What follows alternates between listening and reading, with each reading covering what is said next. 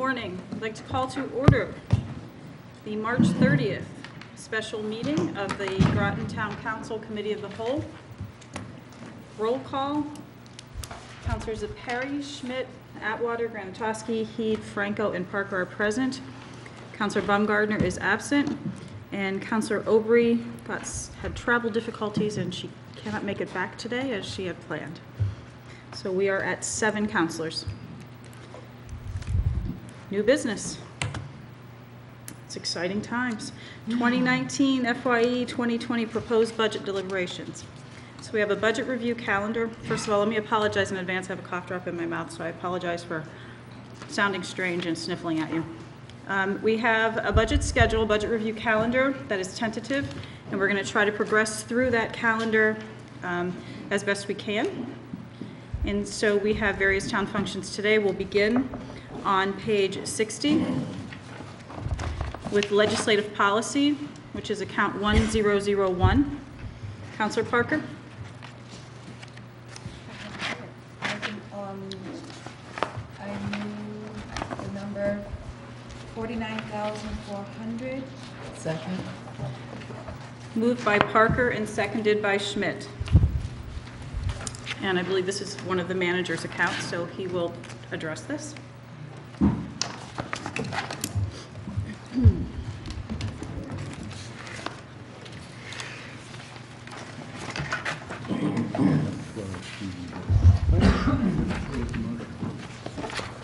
You just moved the amount.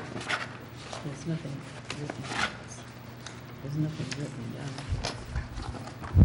So we will be moving the number that is the total appropriation for personnel and operating and accounts that have both personnel and operating.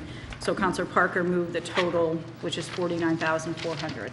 So each new account we will go to, we will move that as the starting point, and then if people have amendments to make, you can make an amendment after that. We can have the original motion in 2 amendments on the floor. You would vote the second amendment first. That fails. First amendment, if that fails, you're back to the original motion. Hi. Hi, good morning. Good morning. First, this is the town council budget, so, by far the most important one. Contains our pay, right? Yeah. Yeah. Yeah. Yes. We'll go by, I'm on page 60 looking at cost centers. We'll start at cost center 0. I think it's a good way to go through on this budget. Almost all of that, you see 33,900 in there. Almost about 30,500 of that is just for our CCM dues, our Connecticut Conference of Municipalities. So almost all of that's just for dues. The rest is mostly for postage and advertising. So that's a pretty simple cost center. There's not much to it. RTM, we keep $250 in there for postage, advertising. Though I'm not sure we've used that in years. That's something that probably could be removed.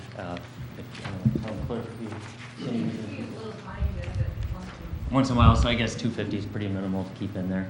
Let's see, Jabez Smith House, $3,150. Only a $25 difference from the current. That's for it's mostly for postage and fuel oil for Jabez Smith House. There's not a lot in there. The veterans and military, that's for the flags, $2,100 for the flags, flowers type thing. Initiatives, $10,000. That is the Thames River water taxi that we donate money for each year. And that's really it to this budget. It's a pretty small budget. The overall budget had decreased from $57,240 this year down to $49,400 for 2020. And that's mostly because this current budget had money in there for the charter revision process still. So we had some last bills for that. So now that that's wrapped up, that's why the budget's dropped. So. Thank you. Councilors have questions for Mr. Burt. Councilor Atwater. Have we paid our CCM dues? I'd have to check. I assume so by this point, but I can't say for certain. It's showing. Yes, we have. Yes. It's showing on a report of March 22nd. There seems to be about $40,000 still in the account that hasn't been expended. If I'm reading it correctly, and I'm wondering. That would have to mean it's not reflecting a CCM payment then. I'll have to look at it. It should have been paid at the beginning of the fiscal year. Okay. But we'll make sure it gets paid otherwise. Thank you. Any other counselors have questions for Mr. Burt? Seeing none, we will vote on legislative policy 1001. All those in favor of $49,400 say aye. Aye. Opposed? Abstaining? So moved unanimously, and we are at 7. Okay. Next account is voter registration 1003 on page 63, please. And I believe that the registrars are here with us today. Counselor Franco, please. Make a motion for $173,679 for voter registration. Can you- 1003. Can you check the number, please? $176,679. Thank you. I so move. Second. Moved by Franco, seconded by Parker. He said 173. Sorry. It's okay, we're good. Would you like to introduce yourselves? Hi, I'm Kristen Venditti. I am the Republican Registrar of Voters, and I'm Paul Duarte, and I'm the Democratic Registrar of Voters. What would you like to tell us about your account? ready? Okay, so this year, in this budget season, we are preparing for your local municipal election in the fall, and also the presidential primary, which will be on April 28th in 2020. So the numbers change from year to year based on what we have for elections, because each election costs a different amount based on the number of people we project that we need to have at the polling places. The state mandates what we're supposed to do each year for those elections, and if we, as you saw in the paper, there's some towns that are being investigated because they did not put enough people on to work their elections. So we try to plan ahead as best we can. So essentially in the spring, the presidential primary is going to cost more than the fall municipal election, just based on the number of people that will be attending or voting. The other parts of our budget, we do have one full-time employee, part-time employee, sorry, as you are aware. The rest of everything that we do is state mandated. All the letters that we send out, all the notifications, anything that we have to do is state mandated. Anything you want to add? Nope, I think you covered it. Okay.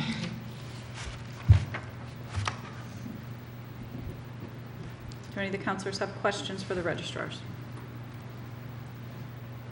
So just for clarification for the public, the referendum on May 6th is going to be taken from the current year's budget. Yes. And where will that money come from, Mr. Byrne? Contingency. So we'll be moving approximately $20,000 from contingency to cover the May 6th primary? Okay. And the November 11th. Because we didn't budget for the December. December We didn't budget 11th. for the December 11th budget referendum as well. The one that is passed? The one that is passed. Mr. Burt? Just, we're just about ready to introduce the fourth quarter transfer, so you'll see that and other things coming up soon. Thank you.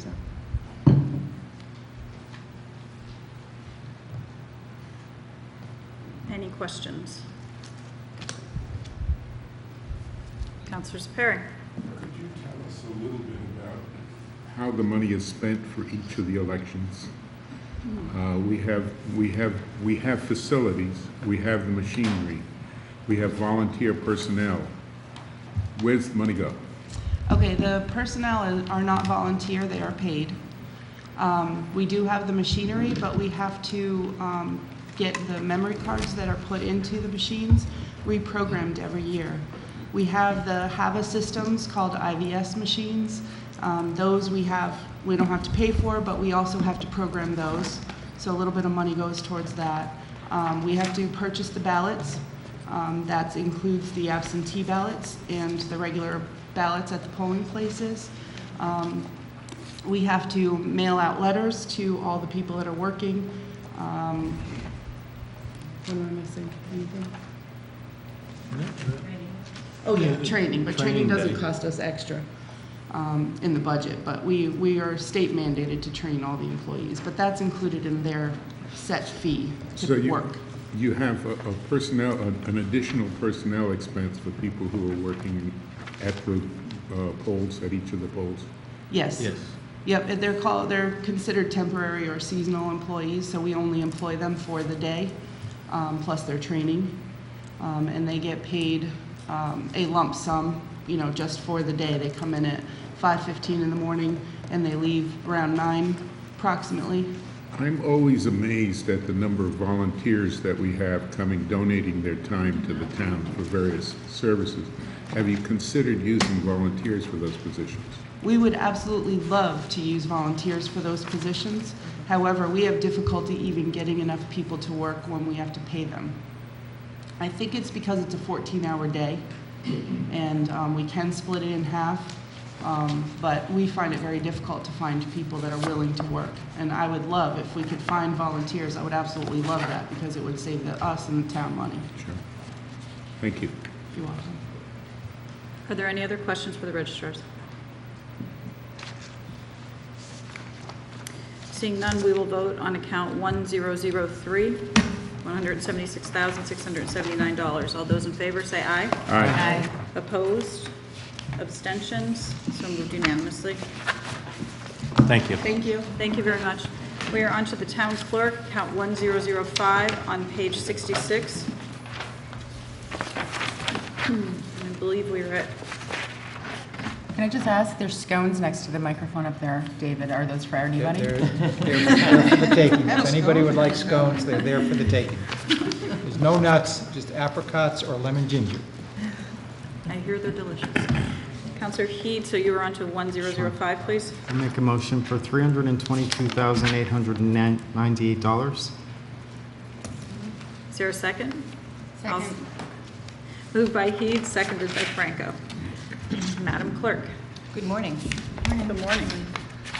Welcome to my budget. Have you had an opportunity to look at comparisons of last year, this year? Okay. Because my increase is strictly due to contractual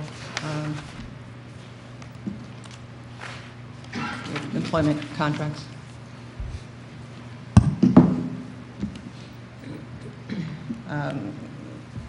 Initiatives that we've done or planning for next year are every year we do code ordinances and codifying ordinances. I have an estimate that I'm including for payment for this year, estimated at $2,100. That comes out of cost center. Cost center. Yeah. What do you call it? What is it? Cost center 2. No, cost center 2, legislative Madam Clerk, services. can you pull the Sorry. microphone closer, please? It's tough to hear. Thank you very much. Cost center 3 I use for legislative services, and that's where that would come from.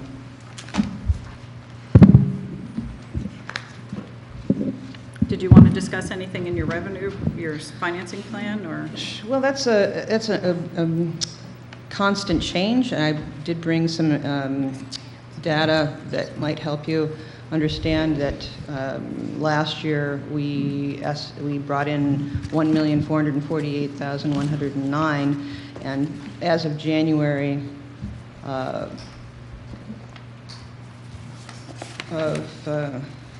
excuse me, I'm giving you data from last year was $1,267,267.20, and I have an estimate we're well over $1,200,000 at this point too. So the estimates that I put in are based on projections that I have no control over. So if a large real estate is conveyed and the conveyance tax is paid, we see a large jump, and we continually see condominiums have been selling. This year that we had a large condominium sale, and so that's why you see these fluctuations. So if we had no large sales, we'd just go on our regular real estate sales for conveyance. So the rest of the sales are pretty much standard, your marriage licenses and birth certificates, but the recordings are what fluctuate. Counselor Heed? Actually, she just answered my question. Okay, very good. Counselor Franco? So I see a 0 increase in salary adjustments, though the regular full-time will be going up, and is that due to all benefits? Is it due to, no, it's not the benefits, it's the contract that, my workers have a contract that has a 2.5% increase, and so last year, are you comparing from last year or this year? Well, this year. Okay. Well, there's no salary adjustment because no one retired that I had to pay out.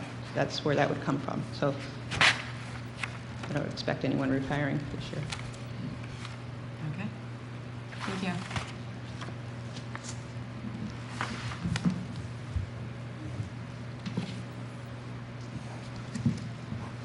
Are there other questions for the clerk?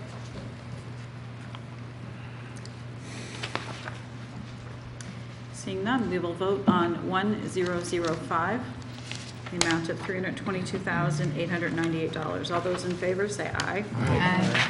Opposed? Abstentions? So moved unanimously. Thank you. Thank you. So we are on to account 1006, excuse me, on page 70. And this is legal services. And we are at Counselor Atwater. I move the amount of $297,500 for legal services. Second. Moved by Atwater and seconded by Parker. And we are back to Mr. Byrd. Hello again. My wife just texted she would like a lemon scone. So I will bring her one of those.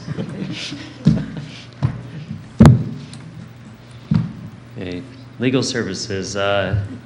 Overall, the budget went from $300,000 in 19 to $297,500 in 2020, so a $2,500 drop. Going by cost center is 0. The town attorney, our main attorney fees.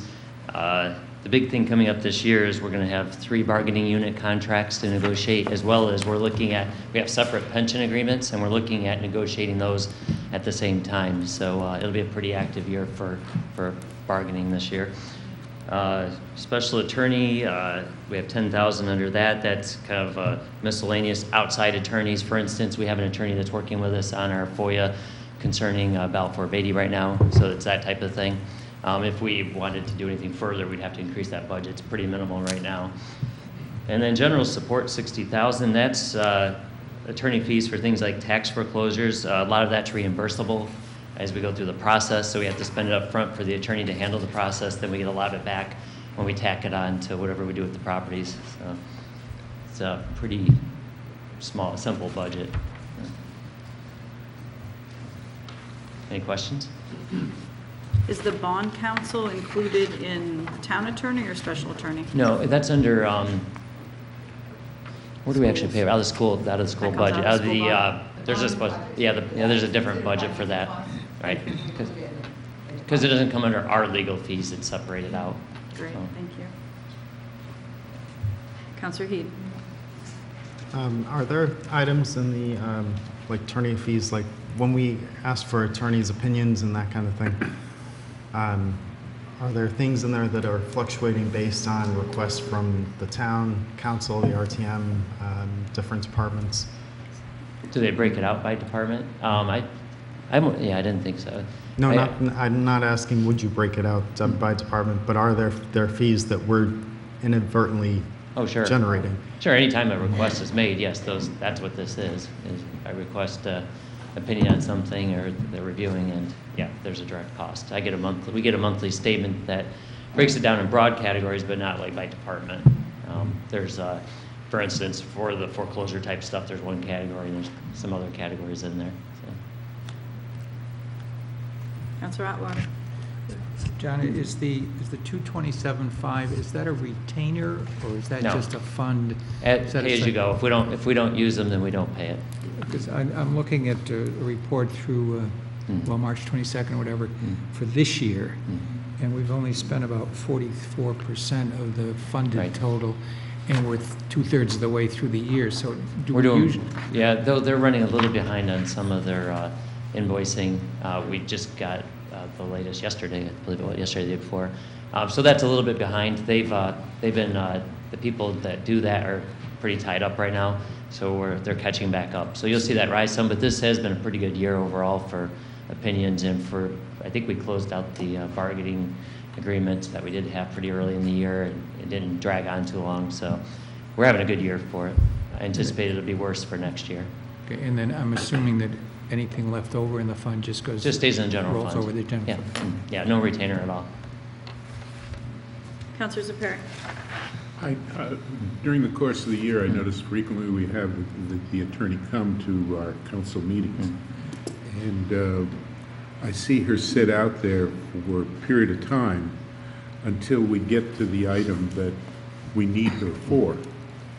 Would it be possible to arrange our schedules so that we get her on immediately at the beginning of the meeting and get her off, and thereby reduce the hourly charge that she's making? They don't charge us for coming to our meetings. It's something we negotiated in the new agreement, that they come to our meetings at no cost. However, I do try to coordinate with them at what point in the meeting it would be, just so we don't waste their time. Sometimes, though, she's like, oh, I'm going to come, I'll just come anyways, and, Yeah. do some other work. Well, so, but we do not get charged for that. Okay, good. Any further questions on legal services? Seeing none, we will vote on account 1006, in the amount of $297,500. All those in favor say aye. Aye. Opposed? Abstentions? So moved unanimously. Next is executive management on page 73. This is account 1010. Counselor Schmidt, please. I move the amount of $301,632. Second. Moved by Schmidt, seconded by Franco. Mr. Burke. Overall, the budget went from $346,869 in 2019 to drop to $301,832 in 2020. That is because of the retirement and then of the assistant to the town manager, not replacing that position. There are some benefit savings too, but that's not reflected in this budget. I'm going to go on page 74 more by operating expense, if that makes more sense with this budget. 5201 postage, printing, advertising, flat at 10,000. Professional development going up by 1,200, mostly for increased costs on memberships, that type of thing, and some conference increases. Mileage flat to $645, mileage reimbursement. Repairs and maintenance, that dropped to $400 because we had an older copier that we were paying maintenance on. We've gone to a new copier with a lease, which is reflected down in 5290 for that $2,500 increase to maintain that. So that's why those two changed. Materials and supplies went up by $100 to $2,600. And then I've kept $500 in there for machinery, equipment, and furniture for miscellaneous. That's pretty much it. Any questions? So the postage, printing, and advertising, those are our nice thick packets that get sent out, and And various of, yeah. Various do other legal purchases. ads come from the clerk's office then? I believe it comes through the clerk's office. Oh, she's gone now. Cindy, I think most of those come through her. I think most of it's postage really for us. We might have some odds and end things, but most of it comes through them. Thank you. Are there questions for the manager on executive management? You already answered it. I don't want to miss anybody, so I don't want to go too fast here. You good? Okay, seeing no questions, we will vote on $301,632. All those in favor say aye. Aye. Opposed? Abstentions? So moved unanimously. Takes us to account 1011, information technology, on page 78, please. I move that we appropriate $1,068,215 for information technology. Could you say the number one more time, please? I wasn't ready. I'm sorry? Could you repeat the number, please? I wasn't ready. I just want to verify. $1,068,215. Thank you, Counselor Zafari. Second. Moved by Zafari, seconded by Schmidt. And we have Mr. Hancock here. Would you just introduce yourself and tell everybody what your title is, and then tell us about your budget, please? Brian Hancock, Manager of IT. This budget is, the increases that were in here were, they're basically out of my control. One of them is personnel services. That went up about $13,000. And the other one is software maintenance. We're doing our ERP installation, and that was a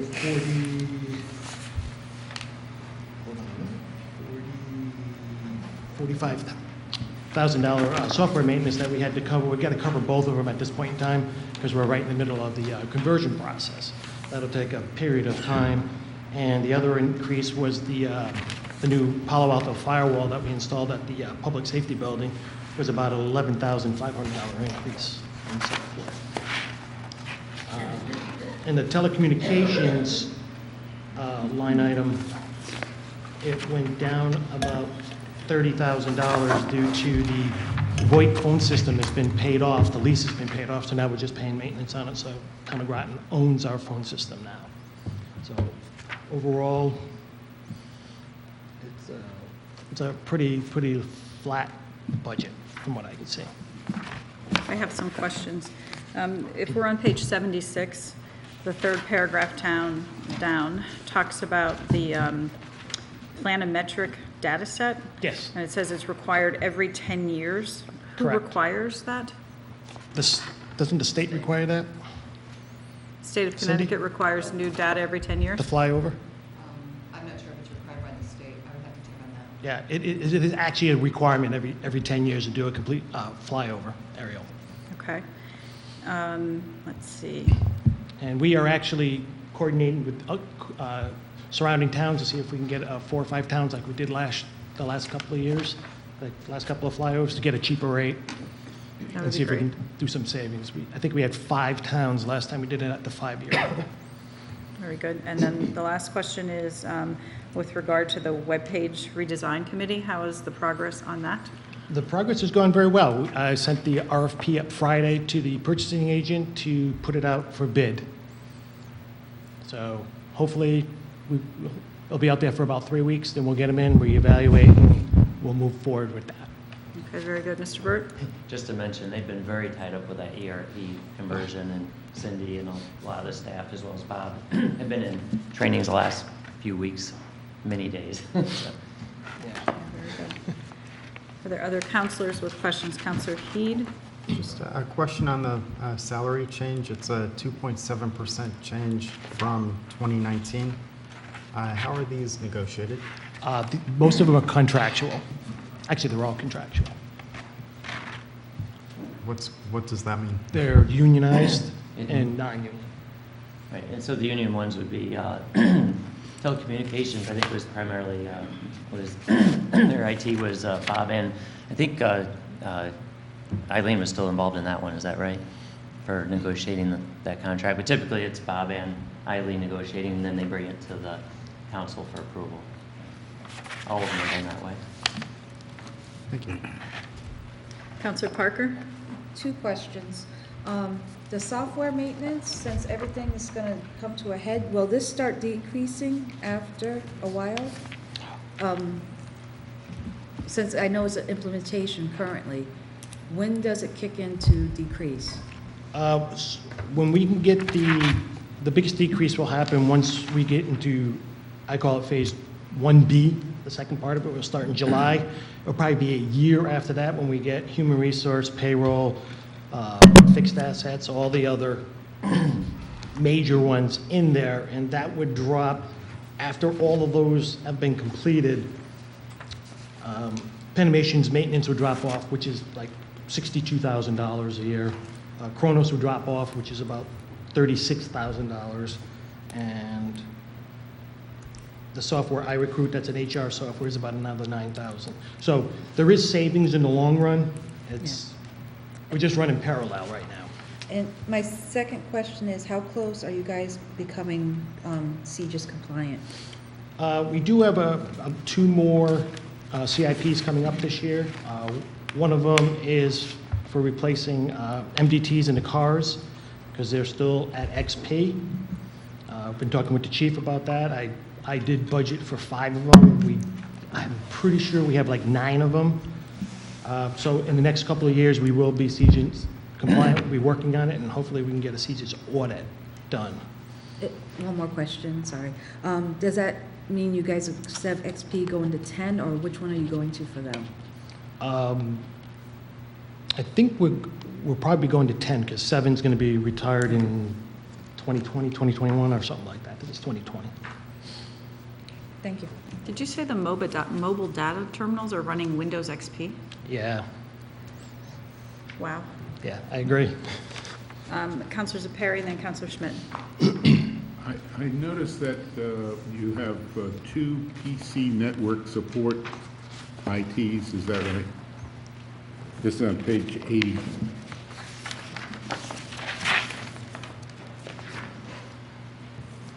How many personnel do you have? I guess they're ICT 2s. How many people do you have in that category? 3. I'm sorry? 3 PC support 2s, 3. Okay. So they're being paid about $75,000 a year? Probably somewhere in that range, 72, 70, 72. Thank you. Okay. Counselor Schmidt? I just wondered how safe our system is from hacking. The mayor has actually been concerned about that, and I did send her an email on that. And we do have multiple layers of security on our system right now. The first one being the Palo Alto firewall, which I did a report yesterday, and just last month we stopped about 340,000 attempts to get into the network. That's just one of our levels. We did the second one at the police department, so when that comes fully online, that will be extra support for at least the police department. We run Mimecast, which is a cloud-based web security. That is another layer. And then when we run WebRoot, that is local to the PCs, that is just another level of security we run out there. We've been lucky so far. We're doing good. Sounds like you're doing very well. Thank you. Counselor Franco? I see that you're going to have everything backed up to a cloud in the next 6 to 8 months. Yes. Which is absolutely great. This usually comes with a cost, depending on how much you're backing up. Yeah, I did a CIP, and I do have a PO open for that, so I do have that one covered for right now. For a CIP? Through an open PO. Okay. For the money to cover that. Do you have any kind of estimate on how much this will be annually? Not off the bat, not off my head right now, but like we said, we're slowly moving it on, so all of a sudden it's not going to be a giant spike when it comes up. I'm going to try and smooth budget it out. So it's not like $20,000 a year or something like that. You said it is, or is it? It won't be. It won't be. It won't be? No, I will. We're moving things out there as slow as possible right now to see what the financing is out there, so we don't have sticker shock in the end. Because I know it's very expensive. Yeah, it is, and we have to be CGIS compliant on the cloud-based backup too, so it's another layer of security we have on it. Because I'm thinking for a town, it would be quite a large expense, because I know I work for a small business, and they do it, and it's a large expense. I think we get a little bit of a discount being a local government, so. Okay. Not Thank huge, you. but a little one. Thank you. Any other counselors with questions for Mr. Hancock? Seeing none, we will vote account 1011 in the amount of $1,068,215. All those in favor say aye. Aye. Opposed? Abstentions? So moved unanimously. Mr. Hancock is with us for the Technology Replacement Fund, which is account 6050. And this is on page 82, please. And I think we're back to Counselor Parker, please. I move $96,638. Is there a second? Second. Moved by Parker, seconded by Franco. Mr. Hancock. This is the ongoing schedule plan that I've developed many years ago. It's been going on for about 10 years now.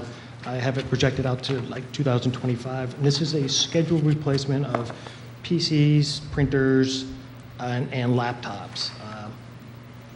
There is a list of what is expected to be replaced this year. You can see the 5 police MDTs being slated for replacement here. 3 laptops, 5 GIS user PCs. These users are in a special category because they're like power users. They need high-end video cards and memory to run GIS and Autodesk. So they're not sitting there waiting for 10, 15 minutes for a refresh. And the 68 computers. And that's pretty much which makes up this budget. There is the 50 monitors, which I do buy and replace as they fail. And I did add one line item on here for peripheral replacement. We were talking in the IT steering committee that when a validator breaks or a scanner doesn't work or a UPS battery goes down, cash drawer, and items like that, people don't have the budget for that. And to get them repaired, we actually just take them offline. So I figured I'd throw a line item in here for repair or replacement of these little peripheral items that are attached to PCs throughout the town. And there's quite a few of them. There's a good list of them out there. But that was the only thing I had pretty much to this cost center. Did you say you added a peripherals line? Yeah, it's under, well, it's in the notes, but it's under cost center 4. Is it 4? So it's under maintenance, I put it on 5260? Oh, 5260, I'm sorry. in a different account? Oh, under, you said 52. Oh, Repairs and maintenance. I'm sorry. Okay, gotcha. I'm There you sorry. go. All right, Counselor Parker had questions for you. Couple of questions. How many computers did we replace last year? And how many are total throughout all the departments? Because 68 seems like a lot to be doing at once. I'm just, Last year, we did 68. 68 and it. This current year, 68. This yes. current year, so it cost approximately 58,000, or 40-something. About 42,500, yes. 43, okay. But we're almost, okay. All right. I can actually send you the spreadsheet of the layout I use. We don't have that, do we? No, it wasn't included in the budget. We can get it to you, though. I can get it to you if you're. I think Counselor Parker had other questions. Okay, so I know the MDTs are gonna cost, the 3 laptops, the 5 GS users, and is there any way we can break it down a little bit? Are these 68 computers Yeah, I can break in that down. critical? Yeah, it's nice to stay on a schedule because as they get to be 5 years old, 5+, they start breaking down. And it takes more manpower for my department to go out there and fix them. Software gets newer, doesn't run on them. I'll give you a breakdown. The 68 computers are 42,500. The 5 GIS user PCs is 6,250. The 50 monitors is $5,000, and that's replaced as needed. Wait a minute, that was 3 laptops or No, that was monitors? 50 monitors. Oh, because that's not listed on. That was, yeah, replace as needed when they break. Oh, I see it afterwards. 2 laptops, 2,400. 1 ruggedized laptop for the highway garage is 3,500. 5 police MDT replacements, 20,000. 1 check validator for the tax office, $500. And 4 laser replacement printers, $3,600. Okay.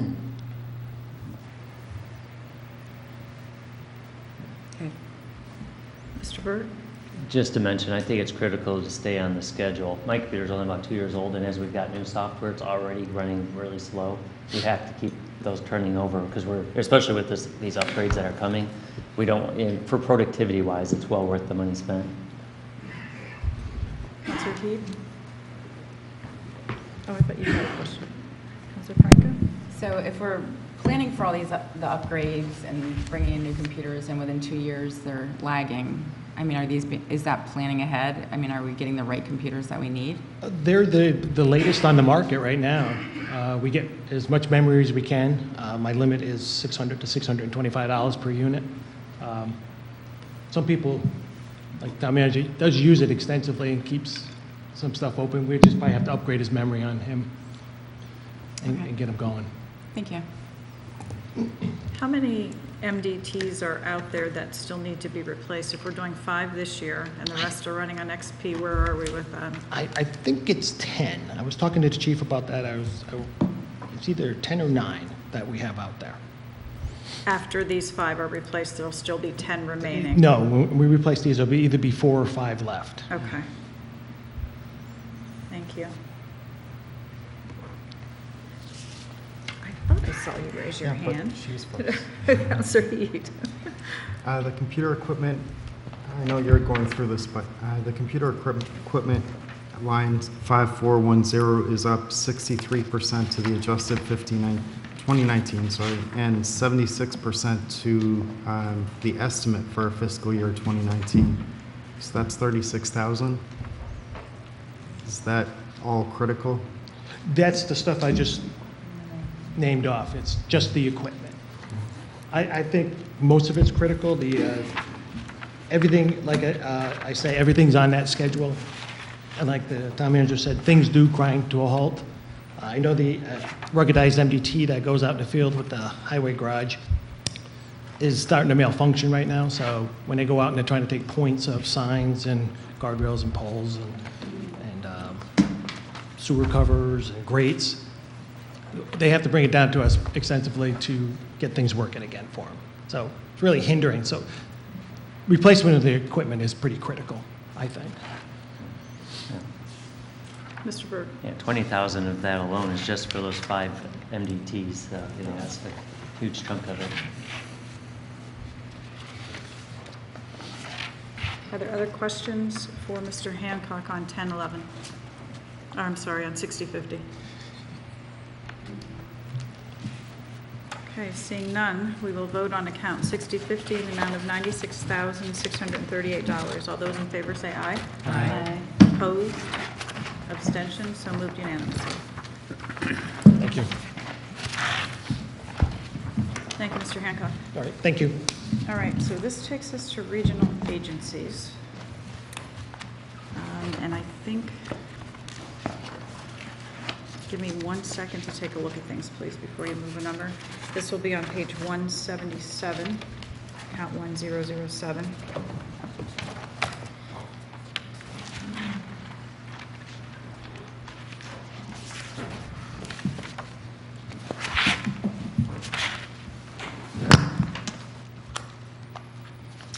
And I think we're going to take a 5-minute recess, please, at this point. So we're going to recess at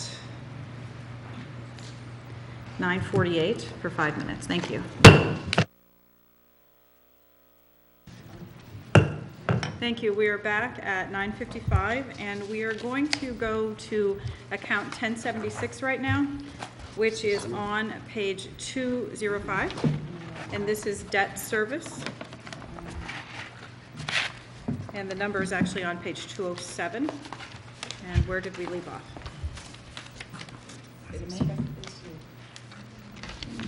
Make a motion for $6,638,769. Moved by Franco, is there a second? Second. Seconded by Parker. So Finance Director Landry is here. Good morning.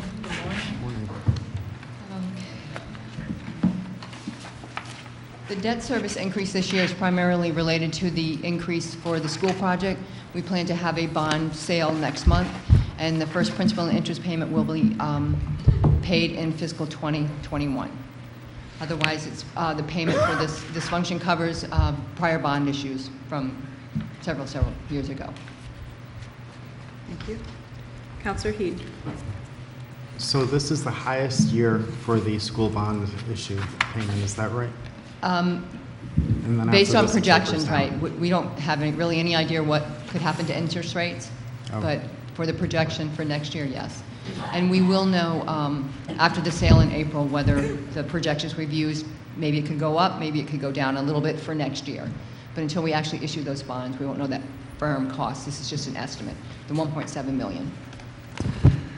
And just a follow-on question, we were of the mind that we may need to go out for another bond for road construction, road maintenance. Are we like in the right range where if we needed to do that, we could do that?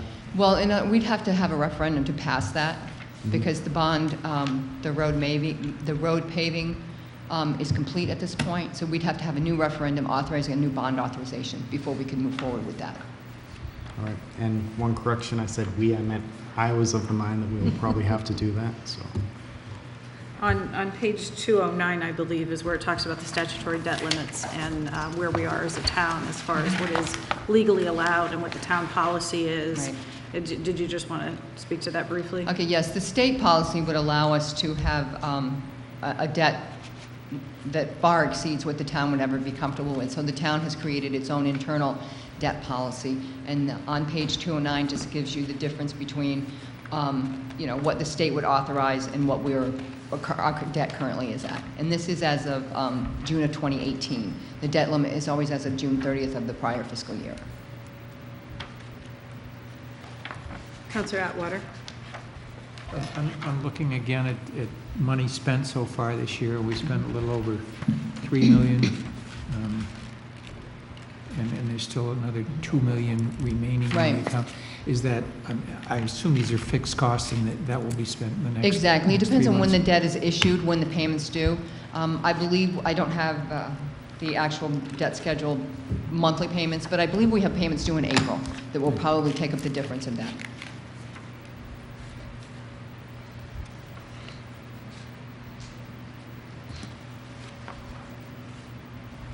Did you have further questions, Counselor Atwater? Are there any other questions for Ms. Landry regarding account 1076? Seeing none, we will vote on account 1076 in the amount of $6,638,769. All those in favor say aye. Aye. Opposed? Abstentions? So moved unanimously. Thank you. Thank you. And we are on, are you staying for contingency or is that Mr. Burt? Okay, very good. So we're going to move to contingency, which is account 1074, and this is on page 212, please. I'll make a motion for $350,000 for contingency. Second. Moved by Heed and seconded by Parker.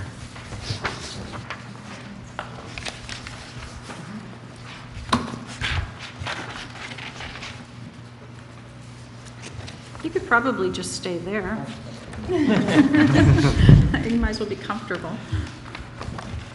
This year, we had, in 2019, we had budgeted $450,000. We're proposing $350,000 for next year. However, as I mentioned earlier, I want to be, fairly conservative with that. You never know what's going to come up. And we have 3, like I said, union bargaining agreements that we'll be negotiating, as well as those other pension agreements. That's something new. So I wouldn't want to change this by too much. I'm pretty comfortable with this number. Are there questions for Mr. Burt, Counselor Atwater? I apologize. I'm showing, again, on my summary through March 22nd, John, that the actual amount budgeted for last year was $375,207. And it's showing that there's been nothing spent, that there's still $375,000 in the account. The way that works with, you start moving out until their budgets, so you don't really see where you started with. We started with $450,000. We have moved money out. Okay, but it doesn't seem as though we spent that much money to. No, put like I another- said, I mentioned earlier, we had finished up, but we didn't do too much this year on contract negotiations. It wrapped up pretty easily. We didn't run into anything. We didn't have any weather issues. We just have had a great year at contingency.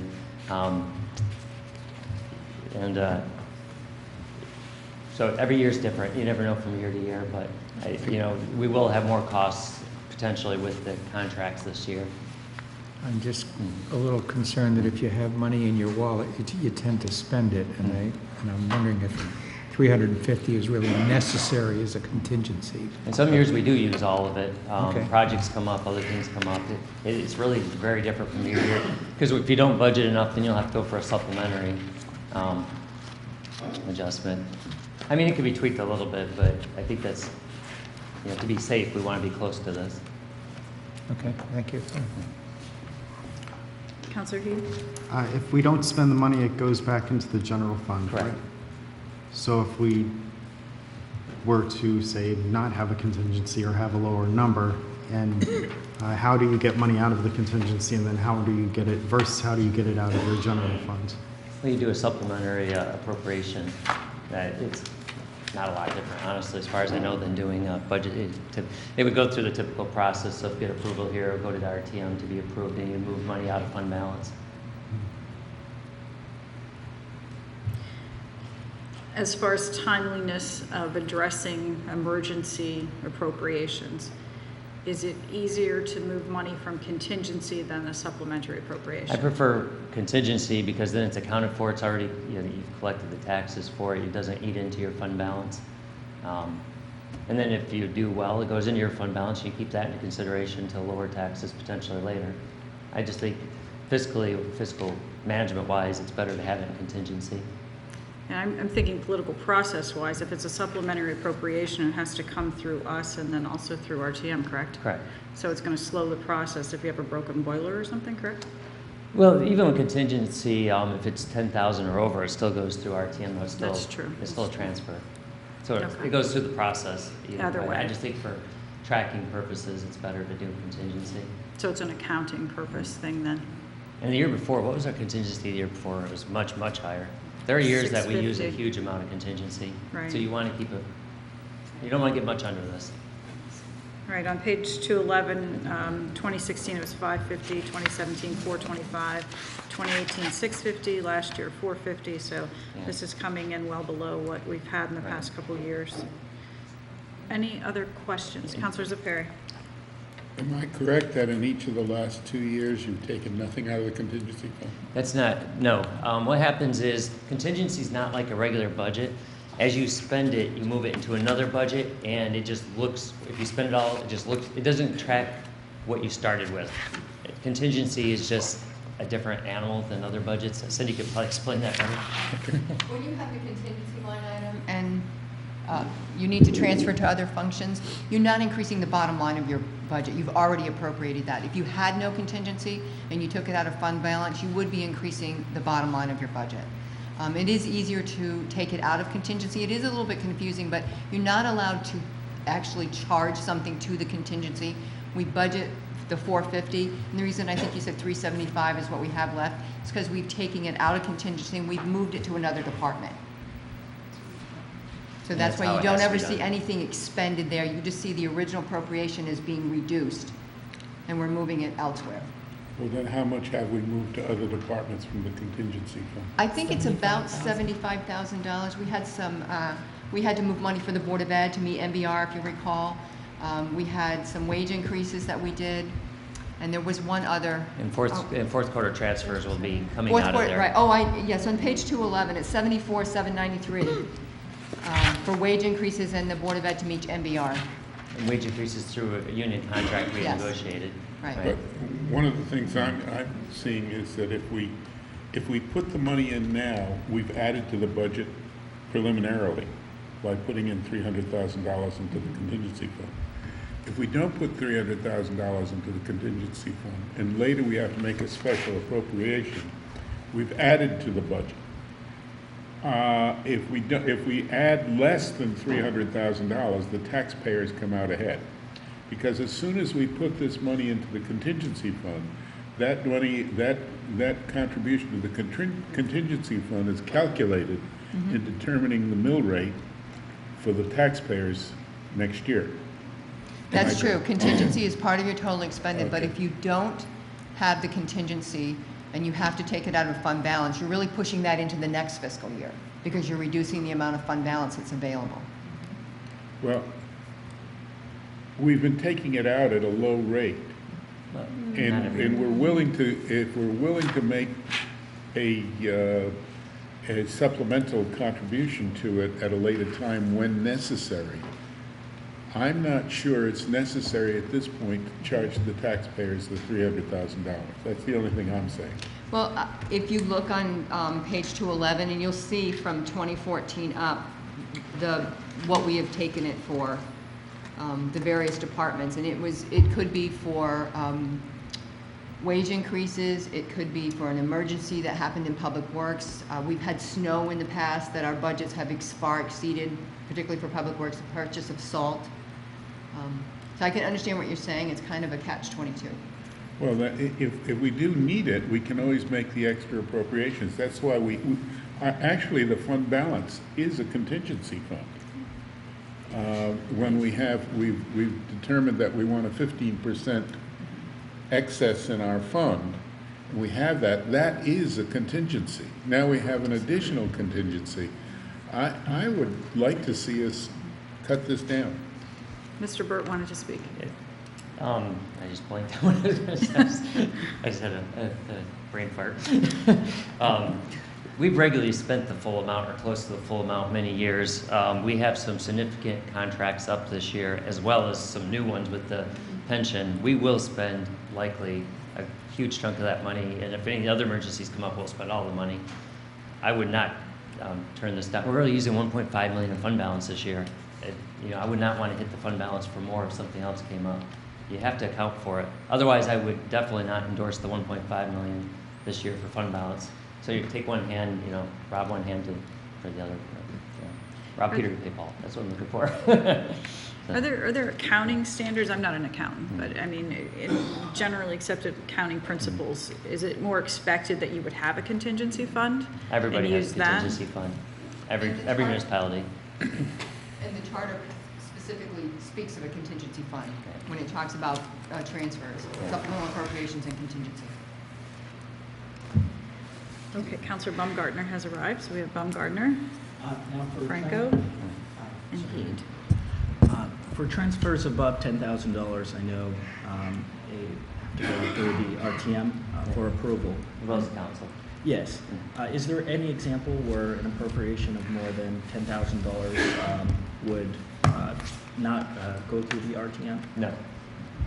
Rules require it in the charter. And that's for any appropriation? For any town function, Town. right. That does not count, that the Board of Ed is a different animal, for any of our stuff.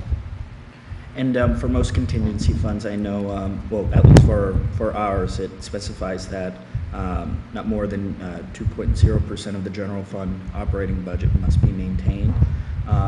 Or is it typically 2% for, say, some of our surrounding municipalities for the operating budget, or do they look at kind of the combined budget of say, the I Board can't of Ed? speak to our neighboring communities. I don't know if Cindy knows any better what they. I'm sorry. 'Cause we don't base it on a certain percent. We look at what we really think is going to be spent that year. And historic. We use 2% of the operating budget, and I wasn't sure if the, say, other municipalities in the surrounding area utilize, say, combined budgets for the Board of Ed and... We're determining that. Well, we town use functions. it based on the general fund, which includes the Board of Ed. Okay. Our debt policy has that. It's general fund total, budget as a total. Okay. And when you look at last year, we spent $785,000 out of contingency. Mhm. 350 is a very reasonable number. And you're going to have a year where you have a better year, but you're going to have years, definitely, where you have worse years. And we really try to think about what the likely. I don't want to collect money we don't need either. I think this is a fair number. Sort of 100,000 down from this year because we're having a good year, but I do see some potentials for next year. Counselor Franco and then Heed.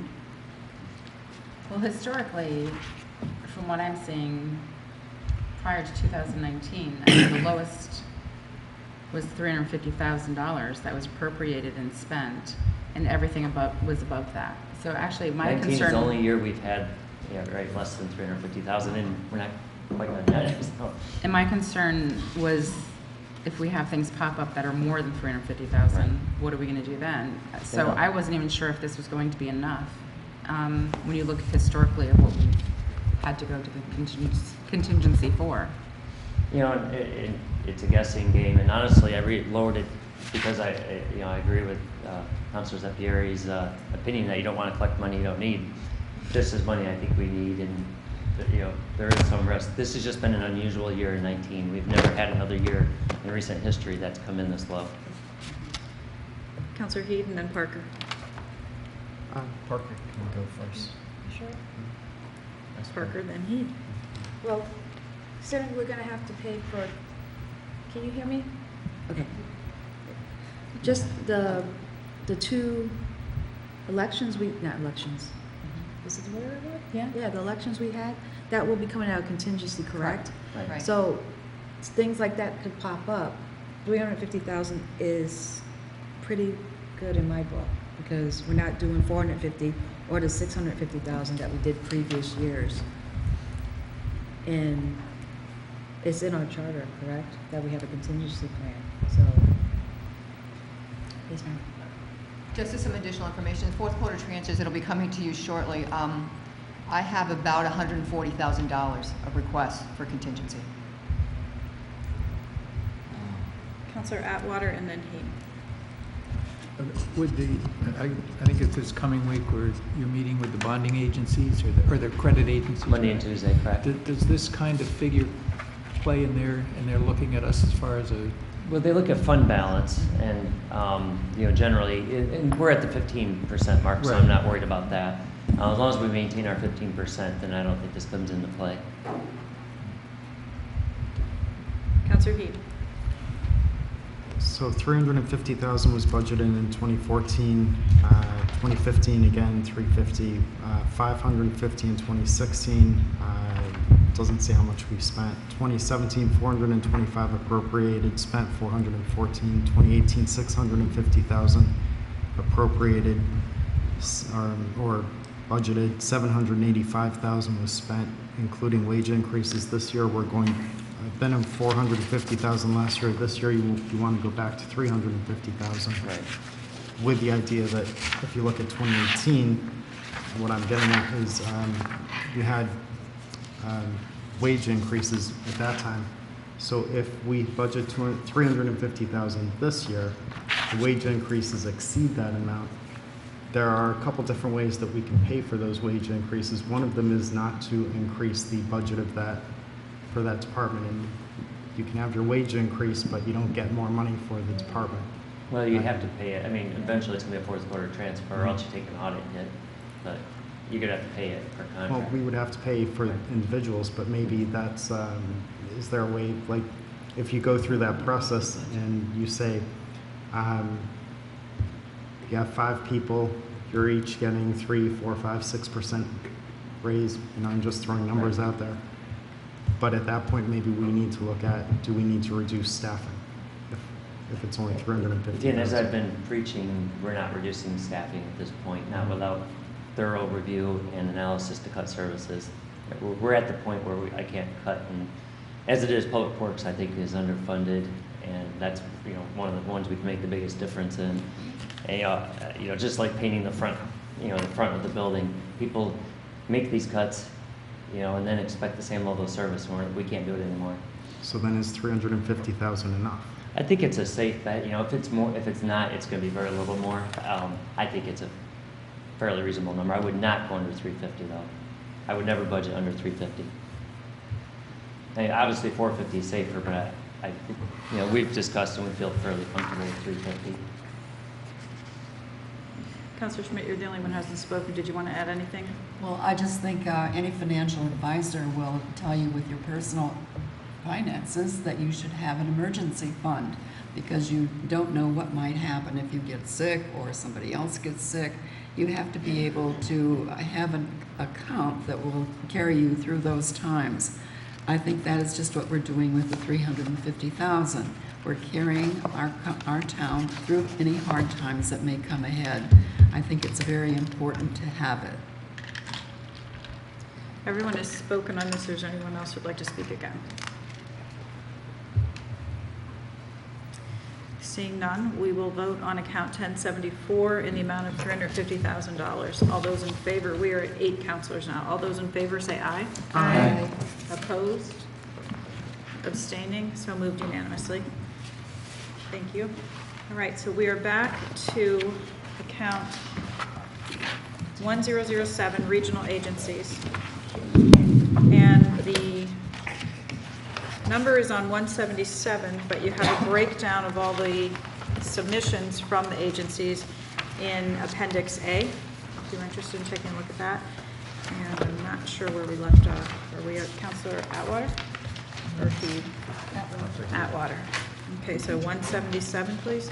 Regional agencies, account 1007.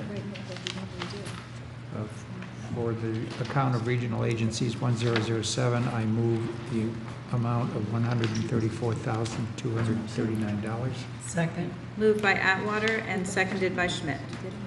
And I see we have several people here to speak to this. We have a gentleman for the seat. We have Judge Keppel is here as well, so if you'd like to come on up to the table, please.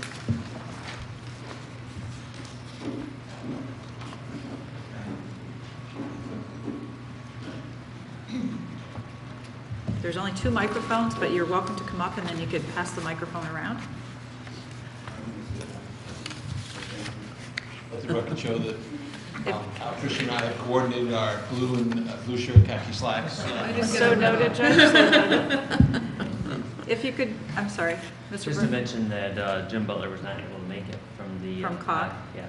Okay, if you could just introduce yourselves, please, so that the public knows who you are. I'm Nancy Kauser. I'm the Executive Director of Sector. Thank you. Nick Keppel, Regional Judge of Hobart. Michael Carroll, General Manager, Southeast Area Transit District. Thank you very much. So Mr. Butler is not here. Did you want to speak to anything about that line item, Mr. Byrd, or are we good? It's a flat budget. You know, our transportation grants and planning go through there. It's something we need to be a part of. And if anything, the state's going more towards regionalization, so I fully endorse that amount. Thank you. Councilor Atwater moved the 134,239, and it was seconded by Councilor Schmidt. I missed that. I missed it too. Did you get the motion? Yes. Okay, so that's the COG line item. So the next line item is sector. So Ms. Kauser, would you like to address that at all? Certainly. Again, that's a flat-funded line item. It's been flat since 2007. Oh, sorry, not close enough. Usually no one complains about me being too quiet. I think our partnership with Groton is stronger than ever. There's really little that we work on that doesn't involve Groton. Right now, we're working on a major event for Electric Boat that is an event that will allow suppliers to get in front of buyers for General Dynamics for all divisions in the Northeast.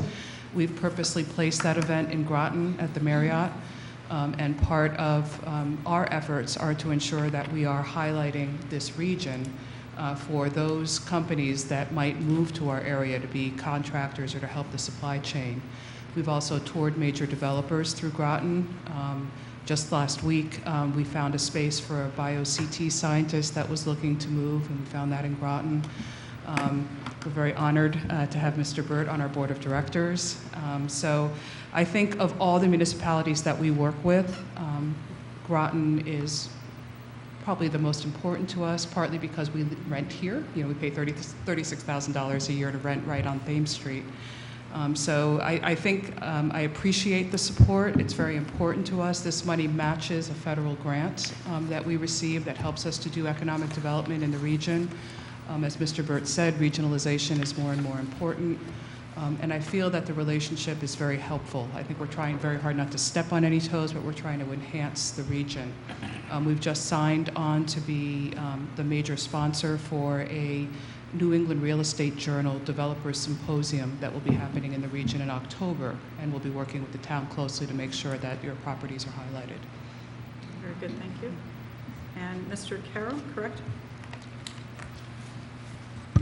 Good morning, and thank you again for allowing us to be here, and thank you for your ongoing support of Southeast Area Transit District. which is, of course, a regional transit agency composed of 9 member towns, of which Groton is a very important member. You have 2 representatives serving on the seat board of directors. And our budget request is a 2.5% increase, a modest increase over last year. That basically leverages over $1 million in transit services in the town of Groton, represented by routes 11, 108, 2, and 3, serving the town of Groton. We provide probably about over 100,000 passenger trips on our fixed route service in Groton every year. The budget really is a status quo budget, a maintenance budget. Our budget is very heavily dependent upon state funding, which is over 70% of our operating funds. And on our capital side, for new buses, and you may have noticed we've acquired some new rolling stock in the last year, that's funded with 80% federal money and 20% state money, requiring no contribution from the member towns.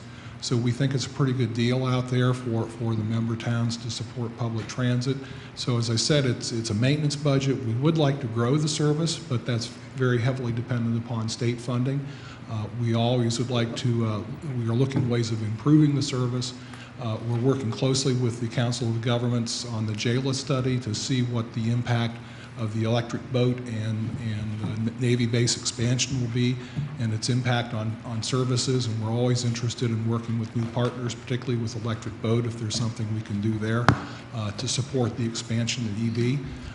And we're also dipping our toe in what's called the micro-transit model over in Stonington, which is, if you will, Uber for public transit operators, looking at possibly replacing that fixed route service, the Route 10 service in Stonington, with a real-time demand response service. That's a very preliminary thing. We're just starting. We're dipping our big toe in, as I said. We'll see where that shakes out over the coming year.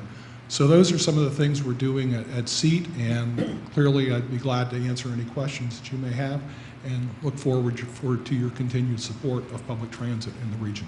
Thank you. Thank you. And Judge Keppel. Morning. Good morning. Believe we have another, also a flat budget request, which has been the same, I believe, since 2011. Want to thank the town for hosting the regional court at the town hall. We thoroughly enjoy our excellent working relationship with the town. Speaking of partnerships, anytime we need any little tweak in a minor repair in our several offices, town staff is always very responsive. One of our functions, we have 800 files a year that we do in the court, 50% of which are decedents estates, and a lot of people don't realize that one of our functions is to make sure that the debts of the estates are paid, and oftentimes one of the debts is taxes to the town of Groton or the other 4 towns, other 3 towns served by the region. So we perform, in that respect, an important service for the town of Groton. I'm pleased to say that I just met a week and a half ago with the Regional Tax and Estate Planning Council, the group with whom the court and the 6 libraries in the 4 towns that I serve did the series Demystifying Probate and Estate Planning 4 or 5 years ago now. That we're going to resurrect that series, which was very popular. We did 24 sessions at the 6 libraries, 3 of which are in the town of Groton, Bill, Groton Public, and Mystic Noank. We figure we marshaled about $100,000 worth of expertise across those 24 sessions on behalf of the residents of the 4 towns. So, we had great turnout. People really, I think, appreciated the informational session. I also want to give a shout out to and say how much I enjoy working with the Youth Services Board, a remarkable group based at the Human Services Department. I'm always impressed with the synergy and the information sharing that goes on at that. They're doing remarkable work, and quietly, and a lot of people, because they serve youth, it tends to be not a lot of splash about it, but I thoroughly enjoy and am impressed with the work that they're doing. So and happy to answer any questions. Thank you. So do any of the counselors have questions for any of our three guests? Counselor Atwater. It's not a question, it's a comment. I attended the seat board meeting a couple weeks ago, and I'll have to say, I didn't know whether it was public or not, so I didn't say anything, but this microtransit system sounds terrific. I mean, it really is exciting. And I guess I just comment also, I noticed that your budget was $132,000, this is the total group, $132,034 for last year, of which $132,033.25 was spent. So I appreciate the 75 cents being added back to our general fund. On that note, I forgot to mention this. Counselor Baumgardner is going to be resigning his position on the seat board, and when we receive the written resignation, then Counselor Atwater will be appointed by the council to serve. So if you see Counselor Atwater there, welcome him, please. Welcome to the seat board. Counselor Baumgardner. So we'll start with seat. So on that same wavelength, it's been a privilege serving on the board and really learning about the great work you're doing, not just in Groton, but also regionally. Could you talk about, again, some of the changes that you have in mind for the existing lines and how maybe in the future we could improve the bus service here in town? Well, as you may recall, we did a major service study several years ago, which did talk about making realignments, but the assumption on that service study was that essentially level funding or perhaps a modest increase. Unfortunately, with the state funding picture, that's not been the case. We're struggling just to maintain status quo with state funding. We last year looked at possibly a 15% whack to the state funding. So we were scrambling, looking at considering major service reductions in response to that, and thankfully the General Assembly at the last minute approved the new car tax, using it to fund the Special Transportation Fund. So we avoided the major service cuts. So we're always looking to make service improvements, and as I mentioned earlier, we still would like to look at implementing some of those service modifications that were recommended in that service study, but now we need to layer on additional information from the JAILA study, the impacts of EB and the sub-base expansion on our communities, particularly here in Groton and down in this area that we serve. So we're going to have to wait and see how that shakes out. We're working with the consultants on that and see where we go. I know you and I have had many discussions about bus shelters, and I was wondering what role you think the town could play in potentially, I don't want to say supplement some of that funding, but where it could be appropriate if there's one that is in neglect or in poor condition. Right. One of the seats never really been involved in the bus shelter business, and it's kind of been the redheaded stepchild among our district, so to speak. Individual towns have sort of managed the bus shelters in various ways. So the board tasked me with coming up with a bus shelter program, and I'm working on that. The good news is that we can usually find capital funds to acquire and install bus shelters. The challenge is they need to be maintained once they're installed, and that's a challenge for SEAT in a tight operating budget. So my initial recommendation to the board was perhaps the towns, once we install shelters, could assume the responsibility in some form or fashion for the routine maintenance and upkeep of shelters. So we'd like to identify those places. We know, particularly Groton, the shelters are getting long in the tooth. They're in pretty rough shape in most cases. I've talked with the town manager about replacing a couple of those. We're willing to do that. I think with the spring weather we can get on that. But I'd like to go back and revisit how we're going to maintain them going forward. So we look at the ridership counts to see if the locations are warranted. Frankly, anecdotally, with the information I have now, all the shelter locations in Groton, I'm not sure I would recommend replacements, maybe just removal of a couple, but certainly some of them do need to be replaced, so we're going to be working on those going forward. If we can develop partnerships with community, with local businesses, et cetera, be glad to do that. Another option is to look at perhaps an advertising contract where you allow advertisement on the shelters and the advertiser assumes responsibility for the maintenance and upkeep. So we're looking at ways of doing that. Well, to the extent I can be helpful identifying those partnerships with David certainly love to do so from afar. If I can move on quickly to Nancy. It's great to see you. Nice to see you as well. Now, I know you played a role in TRIP in the last few years, and you've, in addition to obviously working with John on your board, you've had a lot of experience working with our economic development team here. So maybe if you could kind of illuminate or shine a light on your work with, with Paige and certainly the rest of the team on, the supply chain consortium and community concierge and some of those other projects that will benefit the town in the long run. Absolutely. So I have been on either the board of directors or the board of advisors, depending on the structure of TRIP. It's changed several times over the years. I have just served on the search committee for a new executive director. We work very closely with the Naval and Maritime Consortium. In fact, they've just asked us to become their bookkeeper, which we are going to be doing going forward. We also have been on various advisory committees for some of the projects. Community Concierge is going to be wrapped into the supplier event that we're doing in May, because we want to make sure that anyone who comes to visit us has a really good sense of the region and how they could potentially move here. Thames River Innovation Place has been a large chunk of our time for quite a while.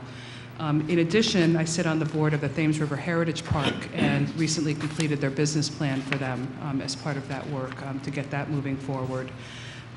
With Paige and also with Mr. Mellon, we've been working on a project with Electric Boat to bring all the region and municipal leaders together so that EB only has to tell their story and their needs once, instead of 37 people going out to them and saying, what do you need? We're working together to capture what they might need.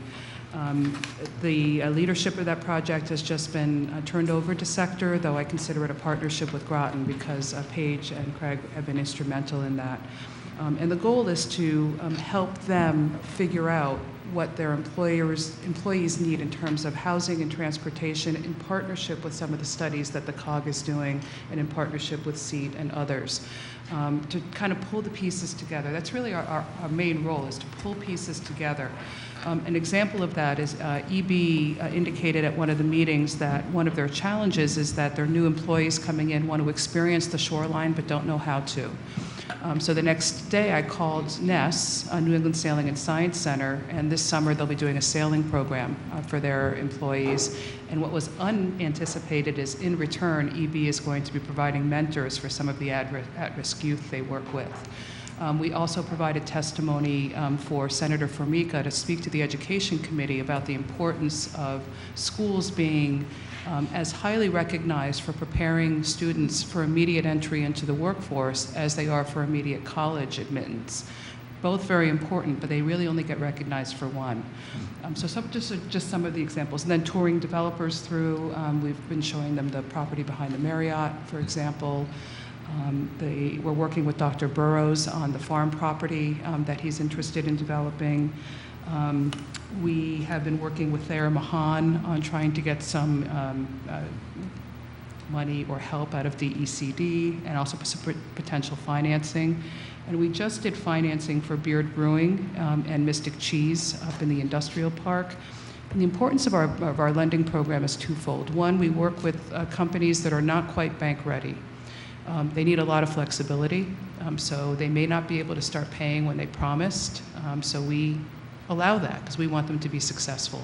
And we're continuously working not only on getting paid, but on giving them the business planning support to be successful. We have also recently learned from the new commissioner of the ECD that the state is absolutely not going to be renewing their Small Business Express program, which was a huge source of financing for small businesses. So we, this past year, have been using our own funding to support businesses. We have about $6 million in lending money that's available. Those are just some of the examples. We have about $1 million of our own money out in loans to Groton businesses, about $1 million of SBEP money that we manage for the state. And then our Procurement Technical Assistance Center, which helps businesses become government contractors, worked with about 17 Groton businesses last year, and they received about $700,000 in government contracts. Obviously, we're always looking to increase that. We're working very hard with Electric Boat to help them achieve their promise to the state of doubling the supply chain spend in Connecticut. Thank you. Well, I think if those are just a few of the, just some of the examples, I think we have a very positive financial outlook in Groton and the entire region. Thank you. I'd like to get to you, Judge Keppel, but nonetheless, I know we have quite a few people who want to ask questions, so I'll defer to, I believe, my fellow counselor. Counselor Heed and then Counselor Schmidt, please. I actually was going to inquire about the same, to find out what we're getting, is the membership valuable? Is it at the right level and all that kind of stuff? So sounds like you answered it. Counselor Schmidt. I do want to thank Sector, in addition to all the things that you're doing. You have provided temporary office space for the tourism district, Eastern Connecticut Tourism District, so they can remain somewhat viable in the Eastern Connecticut, and we do truly appreciate that. Thank you, and we've committed to do so through at least June while they figure out what their next move is. So thank you for that. It's been our pleasure. I had questions about seat, please. My concern is that Groton's investment in seat have a service match back to us where we're meeting the needs of the people who actually need to use the mass transit system. And I know in years past there had been recommendations to, I can't remember the word that was used, straighten or smooth the lines, and it would have resulted in service not, in my opinion, not reaching the people who most needed the service. So I will be asking again, what is it looking like for our Groton people who actually use SEAT to transit to and from work, appointments, groceries, etc.? And coupled with that, will the Coles Plaza still be a hub where Groton residents can go from, say, Bus 11, which serves Branford area, to Coles, and then from there they can get their buses to Norwich, etc.? Right. Yeah, one of the focuses of the original Nelson Nygaard study, you were right, is to try to straighten out the routes. One of the complaints we heard is the routes tend to meander. So there's always a trade-off in trying to make a route direct versus trying to serve various communities. And I'm certainly mindful of the comments and concerns that we maybe go too far in one direction of trying to straighten out the route. So we've not implemented those recommendations from the Nelson Nygaard study at this point.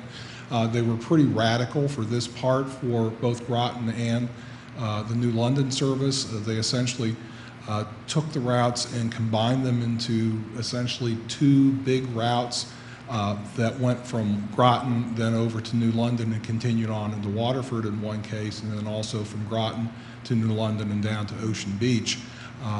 And there was some straightening, and as I said, we've not done that. I think before we would do that, we would need to come back and revisit whether that's the appropriate thing to do to serve our customers. That's ultimately what we're about. And as I said too, we also need to layer on additional information from this JAILA study and the impacts of EV, and trying to see how we can provide support for the expansion of EV and make sure we can address the transportation, parking, and residency issues that are going to come with the expansion of electric boat. So we'll certainly work closely with the member towns. We serve at your behest. We're your transit agency. So if you're not happy with what we're doing, I'm not doing my job. So by all means, if you have concerns or whatever about what we're doing, please let me know. Work with your board member or work with me directly. We'll be glad to try to address those.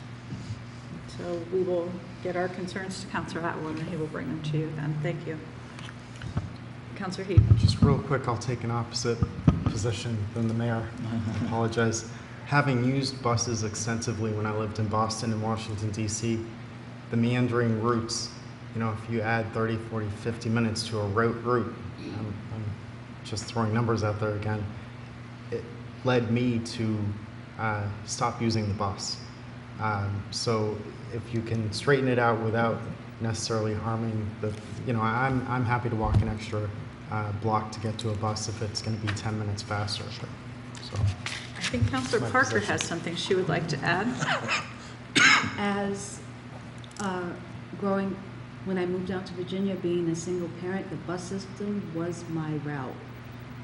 tried to carry a 1-year-old or a baby to get to the bus stop that's maybe a block or two away is not good. So I wouldn't change it to make it straighten it out. It's working for the people who live in the area. So in order to do that, I wouldn't even touch it if possible, because there'd be so many complaints.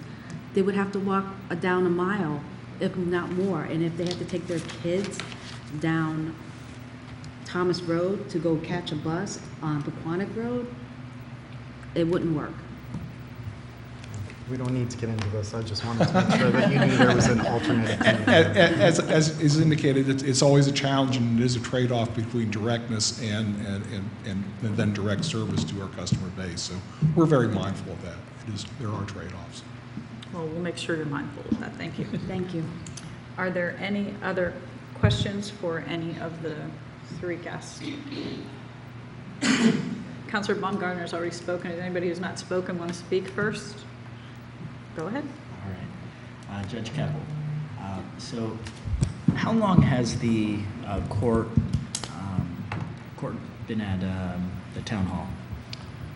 Well, the Groton court was there from '06. For the courts, I think as long as it's been a town hall back into the 18th century. So basically, we had a Groton. Long-standing Groton. Each town had their own probate court. In 2010, the region, the 4 towns voted on a regional judge, and Groton was selected as the host site for the regional court. So it's been since January of 2011 that we've served as a regional court based at the Groton Town Hall. And in that arrangement, does the probate court almost pay rent to the to the town? I think we're required to provide the space. Is that right, Cindy? We provide space, and then the other host towns, we bill them a share of it, a prorated share of it. Yeah, under the statute, towns that are served by probate courts, both when they were individual towns and now when they're regional, are obliged to provide some of the underlying costs to operate the courts. The core cost for staff and comes from a combination of state funding, 24% state funding, and then the rest is from fees. Now, when you compound staffing, the space you need for archives, and is that a sufficient space for you? It isn't actually, but it was because of the location was best, and I'm pleased to say that in the 7+ years I've been there, 7.5 years, we've had virtually no complaints. People from Ledger just come down 117. People in Stonington are having sharing downtown Mystic. They're used to coming into Groton, so I've actually been pleasantly surprised there hasn't been more pushback about the fact that people have to travel to the court. But no, it's the space is wonderful, and I love being there, but it is very tight. I've mentioned it in previous presentations. We serve 80,000 people, and the Berlin court, which serves 5,000 more people than we do, has 5,000 square feet, and we have probably 1,200, 1,500 square feet. So,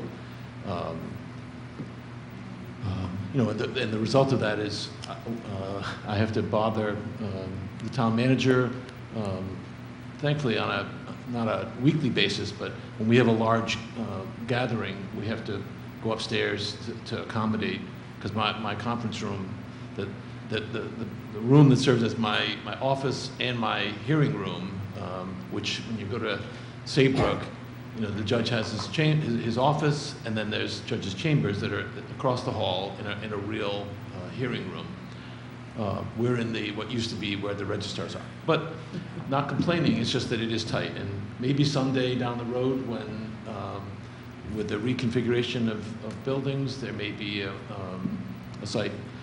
The because part of the problem is people that use the court end up milling about in the hallway, and, you know, on occasion, there may be an animated discussion, or, you know, we will sometimes get 10, 12 people, and it gets loud for both the clerk staff and the people that are using the clerk's offices.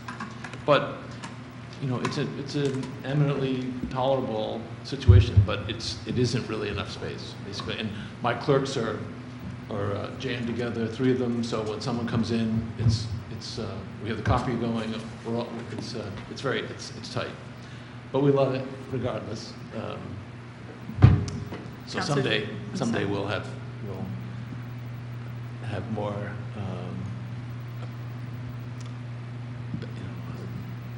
more adequate. But everybody, you know, we're all dealing with tightness, spatially and financially. Thank you, Judge Keppel. Counselor Schmidt. I just wanted to thank Judge Keppel for all you've done to demystify probate court. It is a time of anguish and confusion, and I think that anything that you can do to help people through the process is critical. Thank you. Thank you very much. I did, Mayor, if I may take 2 seconds, unrelated to probate, but talking about partnerships, and we're here as regional agencies, most of which are nonprofits. I just wanted to share, you know, I'm always extolling all the great things that Groton does, which can and should be exported to other communities. Just want to share an initiative that Groton may consider from my hometown of Stonington. I recently ended a time of service on the Stonington Free Library as president of the Stonington Free Library Board. And the library resurrected a group that had been in existence, a fledgling group 8 or 10 years ago, called the Nonprofit Roundtable. And in the last 2 years, it's basically a group of nonprofits that meets monthly, and the library serves as the secretariat of the group. And you know, in Stonington alone, there's 20 plus nonprofits, and it's ended up being a wonderful coalition of information sharing, because a lot of, you know, we have the Seaport and the aquarium, but there's also the Merrill House and the Stonington Ambulance, and by gathering monthly, people have been able to share information about everything from websites to accounting, and it's been a wonderful success. So folks in Groton, where I'm sure you have an equal or larger number of nonprofits, it may be something to consider. Thank you. Always love sharing. Thank you for the idea. Are there any further questions for any of the guests? Seeing none, we are on account 1007, and we will vote on $134,239. All those in favor, say aye. Aye. Opposed? Abstentions? So moved unanimously. We are at the end of the accounts for today. We are not adjourning those, so when someone chooses to make a motion, we need to recess to a time definite. I'll make a motion to recess until Monday, April 1st at 6 p.m. Second. Moved by Heed and seconded by Parker. All those in favor of recessing until Monday, April 1st at 6 p.m., say aye. Aye. Opposed? Abstained? We are in recess. Thank you very much.